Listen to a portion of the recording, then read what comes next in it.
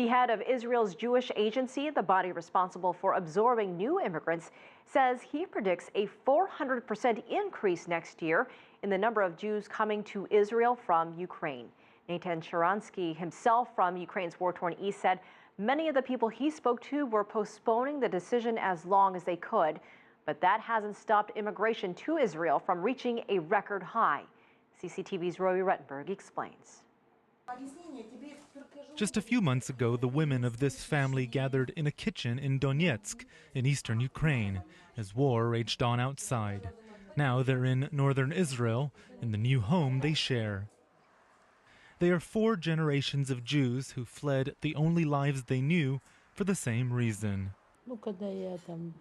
When I see people here who are happy, I forget myself, but only for a moment, because then I think of those back home who are going through what I experienced, sleeping, hearing the bombs, not knowing where they're coming from or where to hide. Families like hers are starting over in Israel, and officials say they're contributing to a wave, a record high, in Jewish immigration to the Jewish state. But the rise, they note, is also due to a spike in immigration from France. Over the summer, hundreds of French Jews arrived in Israel, sponsored by the government here. Many cited rising anti-Semitism in France as the reason for their leaving.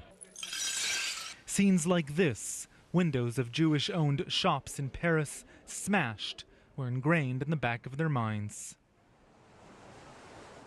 42-year-old Valerie Khalifa left Paris for Tel Aviv 6 months ago. She says her parents are currently selling everything back home in order to join her. I just felt I was not aligned anymore with the countries.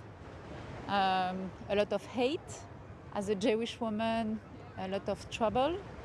And it's not just about the young people, but also the leader opinion. My soul was sick. Israel's law of return means that any Jewish person can move here whatever the reason. Officials note that this year immigration from France and Ukraine more than doubled, and they note for the first time ever, more Jews moved here from France than from anywhere else in the world. In some parts of Tel Aviv now, signs and menus in French are more prevalent than English and even Hebrew. Still, the obstacles to a new life may be more challenging, but some say it's a small price to pay. I don't want to worry about my child going into the street and getting hit by a bullet.